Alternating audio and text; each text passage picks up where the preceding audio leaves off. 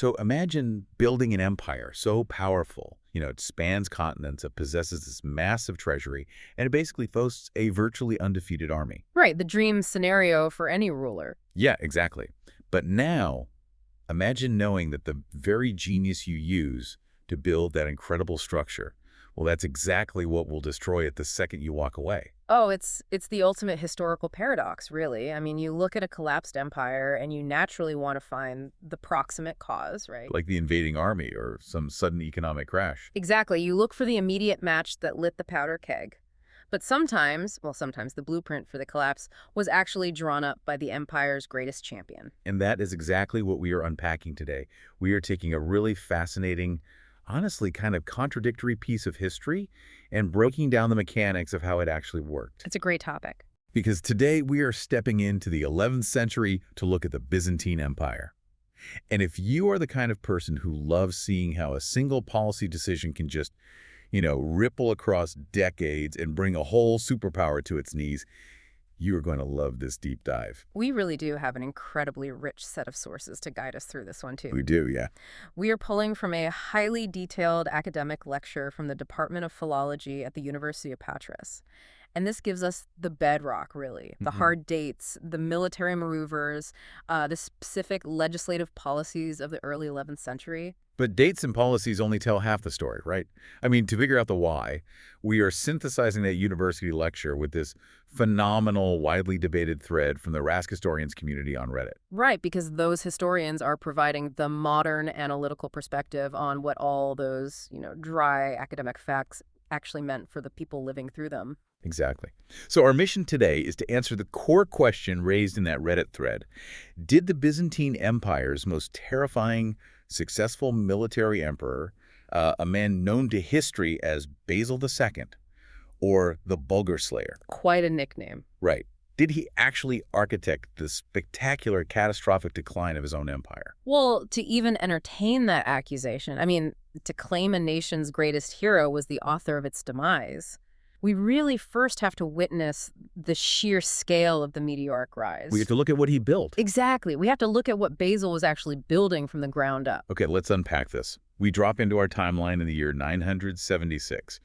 Basil II becomes emperor at just 18 years old. Very young. Right. Now, technically, he is co-emperor with his brother, Constantine VIII, but, Basil's definitely the one with his hands on the wheel. For sure. And to understand what he's facing, I want you to picture Basil like a ruthless turnaround CEO who has just inherited this massive, failing legacy company. I like that analogy. He's got external competitors trying to bankrupt him, but his biggest problem is actually his own board of directors. That is honestly the perfect way to visualize it, because in 11th century Byzantium, that hostile board of directors basically consisted of incredibly powerful elite landowning generals. Oh, wow. Yeah, they didn't just have political influence, they had their own massive estates and their own private armies. Which is a huge problem for an 18-year-old CEO. Oh, absolutely.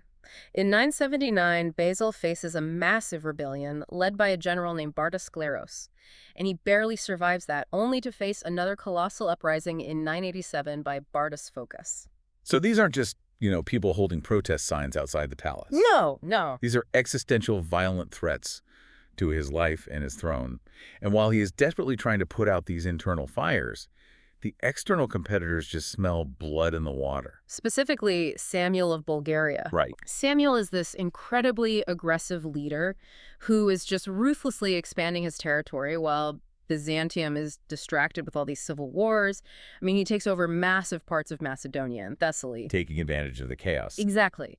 And in 986, Basil, who is still a relatively young emperor at this point, he leads his army out to face Samuel at a mountain pass called the Gates of Trajan. And it is a total disaster. An absolute humiliation. Wow. Yeah. Basil is ambushed, his army is completely routed, his imperial treasury tent is captured, and he barely escapes with his own life. Good grief. And after that, Samuel basically operates with near impunity, raiding all the way down into southern Greece by 983. So our young turnaround CEO is just getting battered from all sides. Yeah, it's not looking good. The elites at home want him dead, and a foreign king is eating up half his map. But Basil does not fold. Not at all. He digs his heels in, he fundamentally transforms himself and really the whole state into a war machine. Yes, he does. And for decades, it is just a grueling, relentless war of attrition. And the climax of this finally arrives in the year 1014 at the Battle of Clydian. Right, and the Patras University lecture notes really highlight Clydian as the absolute breaking point for the Bulgarian resistance. How so? Well, the Byzantines are stuck facing this heavily fortified Bulgarian wall in a really narrow valley, so a frontal assault would be suicide. Just sending guys to the slaughter. Exactly. But a Byzantine commander named Nikephoros Isias executes this brilliant stratagem. Okay. He takes a detachment of troops, navigates this incredibly treacherous mountain path completely undetected, and falls upon the rear of the Bulgarian army. Oh, wow. Classic flanking maneuver. Yeah, but incredibly difficult to pull off. The result is just a devastating slaughter. It utterly breaks Samuel's forces. And that's basically the end for Bulgaria, right? Pretty much. By 1018, Basil has completed the total, absolute conquest of Bulgaria. He just absorbs the entire territory into the Byzantine Empire. Which is wild. It is. And just to put a bow on it, the lecture notes actually mention he travels to Athens to make a victory pilgrimage to the Parthenon, which, fun fact, was actually a church dedicated to the Virgin Mary at the time. Oh, I had no idea about that. That's fascinating. Yeah, a lot of layers of history there. So he took this fragile, divided empire, brutally crushed the rebellious billionaires at home, and wiped his external enemies completely off the map. Yeah. What's really fascinating here is the physical and financial state of the empire when Basil finally dies in 1025. Right? As one Reddit commenter points out, he leaves the empire arguably stronger than it had been in centuries. He recovered immense swaths of territory. Not just Bulgaria, but he secured borders in Armenia, Iberia, and southern Italy. Wait, hold on. Iberia? Yeah. Was Basil marching his armies all the way across Europe into Spain and Portugal? Because I feel like I missed a massive chapter of history here, if he did. No, that's a very common geographical trap, actually. Okay, good, because I was very confused. Right. In this context, we aren't talking about the Iberian Peninsula in Western Europe. We are talking about Caucasian Iberia. Oh, okay. Which is a kingdom located in the Caucasus Mountains, roughly where modern-day Georgia is. It was a crucial buffer zone on the eastern frontier of the empire. Okay, that makes infinitely more sense. Thank you for clarifying that. I was genuinely lost for a second. No problem. It trips a lot of people up. But even so, fighting continuous wars in Bulgaria, Italy, and the Caucasus for 30 straight years, I mean, that usually bankrupts a state. Oh, easily. But the Reddit thread highlights something crazy. He actually left the imperial treasury overflowing with gold. He did. He left it completely packed. But the mechanics of how he funded this and how he kept that hostile board of directors from rising up again, well, that's the crucial pivot in our story today. Right, we have to talk about the money. Those wealthy landowning elites who rebelled against him when he was a teenager, Basil didn't execute all of them, he just suppressed them. Kept them under his thumb. Exactly. But to keep them suppressed, he really had to target their wallets. Because armies are incredibly expensive. Extremely. And you don't fight 30 years of wars with pocket change. Yeah. So whose pockets was Basil emptying? Good question. The year is 996, and Basil introduces what might be his most controversial domestic policy ever.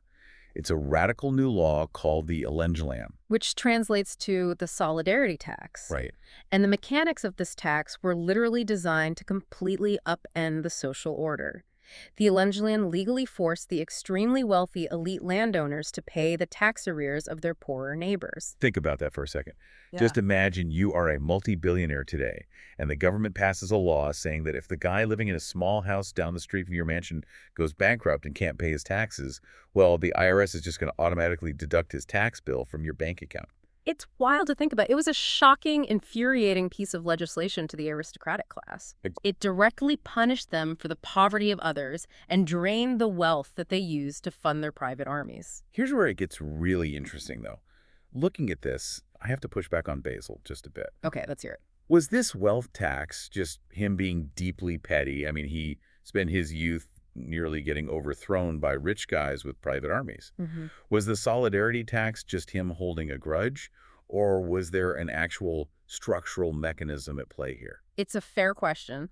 But if we connect this to the bigger picture provided by the university lecture, we see the absolute genius of this tax. Really? So it wasn't just spite? It wasn't petty at all, no. It was a masterstroke of statecraft.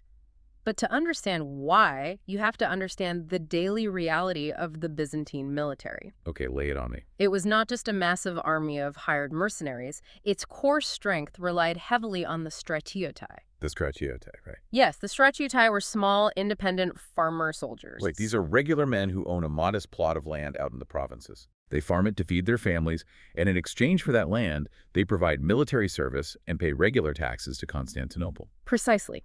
Now imagine you were one of those small Byzantine farmers. One year, a late frost kills your crops. You have absolutely no income. A total disaster. Right, so you go into debt just to survive the winter. Hmm. Historically, the wealthy aristocratic landowner next door would swoop in, buy your bankrupt farm for absolute pennies, and you would be forced to stay on as a tenant farmer or a serf.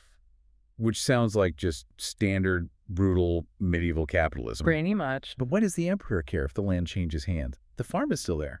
Because of what it does to his army. If you let the rich buy up all the small farms on a massive scale, two really catastrophic things occur for the state. Okay. First, the state loses tax revenue because the rich had endless legal loopholes to avoid paying taxes on their expanding estates. Shocking. Rich people finding tax loopholes. Right. Some things never change. But second, and much more dangerously, the state loses its recruiting pool. Because they don't own the land anymore. Exactly. A serf tied to a rich man's estate is legally and economically bound to that aristocrat. He does not march off to fight in the emperor's army. Oh, wow. So if the billionaires buy up all the small farms, the Byzantine army literally just evaporates. It evaporates. The Elenjan removed the financial incentive for the rich to let the poor go bankrupt. That is incredibly clever. If you're a rich lord, you no longer want your poor neighbor to fail because you'll be on the hook for his taxes. It protected the small property owners, which guaranteed tax revenue, and it protected the manpower foundation of the entire military. Okay, so Basil designs this incredibly aggressive, brilliant system. It funds his wars, it physically protects the homes of his soldiers, and it basically bleeds his political enemies dry. It hits all the birds with one stone. But there is a massive flaw in the design. The entire system requires a relentless, terrifying workaholic genius to enforce it. Yeah, that's the catch. What happens when the genius dies? Well, Basil dies in December of 1025. And he never married, he never had children, so the throne simply defaults to his brother, Constantine VIII. The guy who had technically been co-emperor the whole time, but spent the last 50 years basically just throwing parties while Basil slept in military tents? Yes, that exact guy. And Constantine rules for only 3 years before dying himself in 1028. Wow, that was fast. It was. And this triggers the slow extinction of the Great Macedonian dynasty. Because there are no male heirs left, the power falls to Constantine's daughter, Empress Zoe Porphyrogenita, and basically whoever she happens to marry. And we really have to talk about Zoe for a second, because her life turns the imperial palace into an absolute Shark Tank. Oh, it really does. She is a political survivor in a system that is rapidly losing its mind. In 1028, she marries her first husband, Romanos III or Jaros, and he becomes emperor. Right. And almost immediately, the cracks in Basil's system blow wide open. By 1029, the empire is already suffering military defeats in Syria. Things unravel fast. But a lost battle isn't what destroys the empire. What destroys it is a signature on a piece of parchment. Because Romanos III abolishes the Elenjan. He completely repeals the solidarity tax. And I'm assuming he didn't do this after a careful economic study, right? Why does he kill the one policy keeping the army afloat? Because Romanos III was an aristocrat himself. Ah, of course. He was a product of the very elite class that Basil had spent his entire life suppressing. The moment Basil is gone, the elites put one of their own on the throne, and they demand their wealth back. They want their loopholes back. Exactly. And the university lecture notes are explicitly clear about the causality here. The abolition of this tax instantly leads to the dissolution of small property ownership. So the rich immediately start gobbling up the bankrupt farms again. Immediately. And just as Basil had feared, the hollowing out of the farmer-soldier class inevitably and fatally leads to a rapid weakening of the Byzantine army. So what does this all mean? Let's go back to the idea of the architect. Basil didn't build a stable stone house. He built a towering game of Jenga. Oh, that's a brilliant way to look at it. He pulled all the supporting pieces out from the bottom. He suppressed the institutions. He centralized all power around his own sheer force of will. He instituted these radical laws, all just to make the tower as tall and dominant as possible. Right. But he was holding the entire wobbly structure together with his bare hands. Yes. Once he was gone, Romanos pulled out the final supporting block by abolishing that tax, and gravity just took over.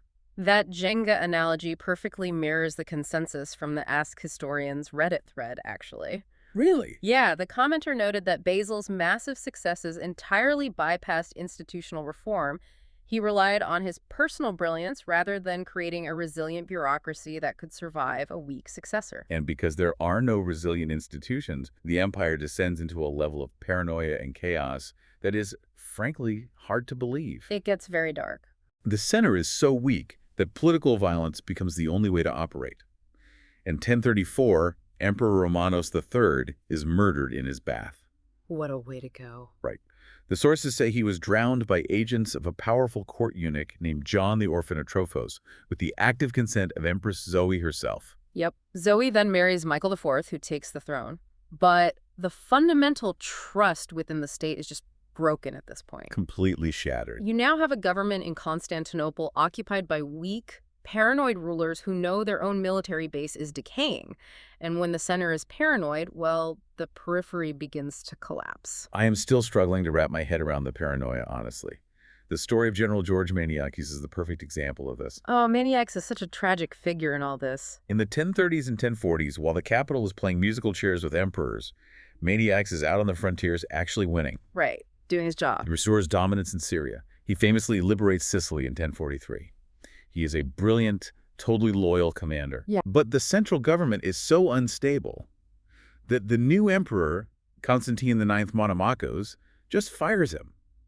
Why on earth would you fire the one guy winning your wars? Because in a decaying system with no clear laws of succession, a general winning wars is the most dangerous thing in the world. Oh, I see. If you are an unpopular emperor sitting in Constantinople and there is a brilliant, beloved commander out in the field with 30,000 loyal veterans, you don't see an asset. You see a replacement. You see the guy who's going to take your job. Exactly. So they strip Maniakes of his command, and ironically, by doing so, they fulfill their own prophecy. Because he rebels. Right. Maniakes realizes returning to the capital just means execution. So he rebels, declares himself emperor, and marches his army on Constantinople.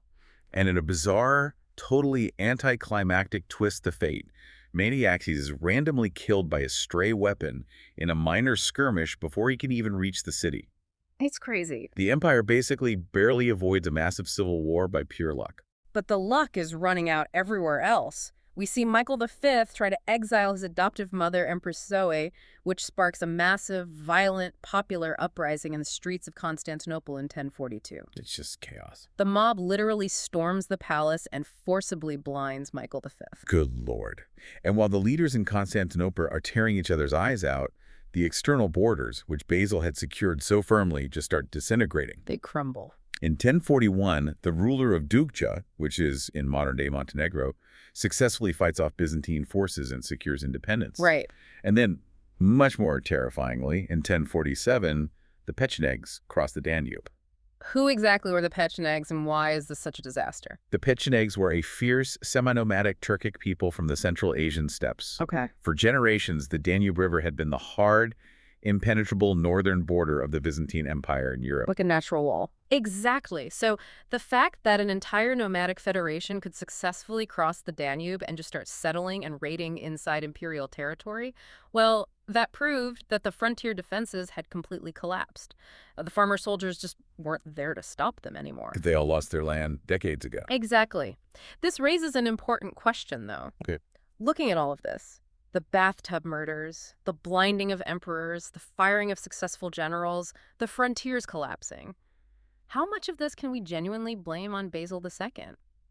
I mean, he died over 20 years before the Pechenegs crossed the Danube. It is the ultimate historical debate. Yeah. Is the guy who built the Jenga tower responsible for the person who knocks it over 20 years later? Right, and synthesizing the conclusion from the Ask Historians thread, the modern consensus is incredibly nuanced. What do they say? Was Basil directly, personally responsible for the specific, devastating defeats that would arrive in the late 11th century? No. He wasn't the one issuing terrible orders on those battlefields. Syria was dead. But by failing to marry, by failing to produce an heir, he allowed the bedrock Macedonian dynasty to go completely extinct. He left a vacuum.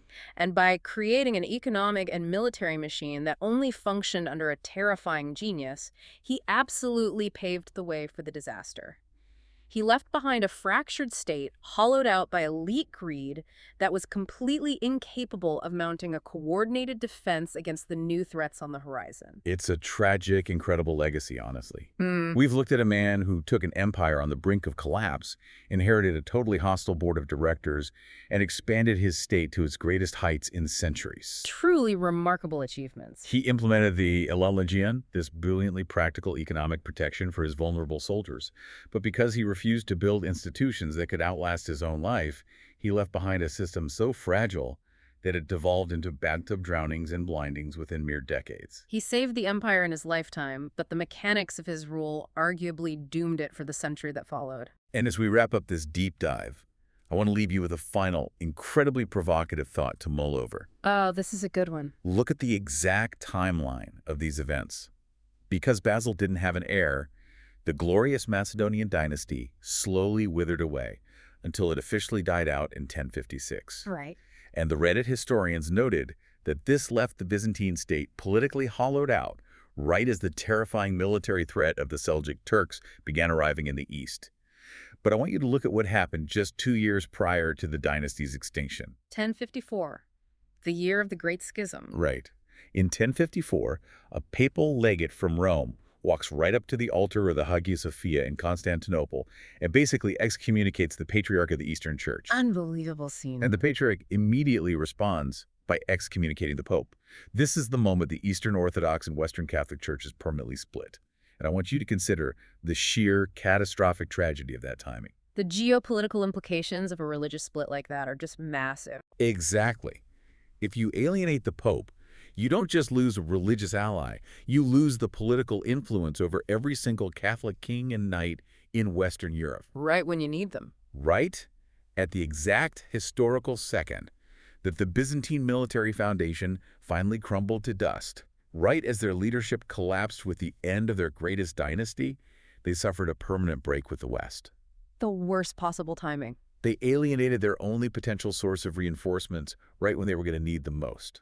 It basically ensured that when the real storms arrived, when the incredible structure Basil built finally started to come down, the Byzantines would have to face the collapse entirely alone.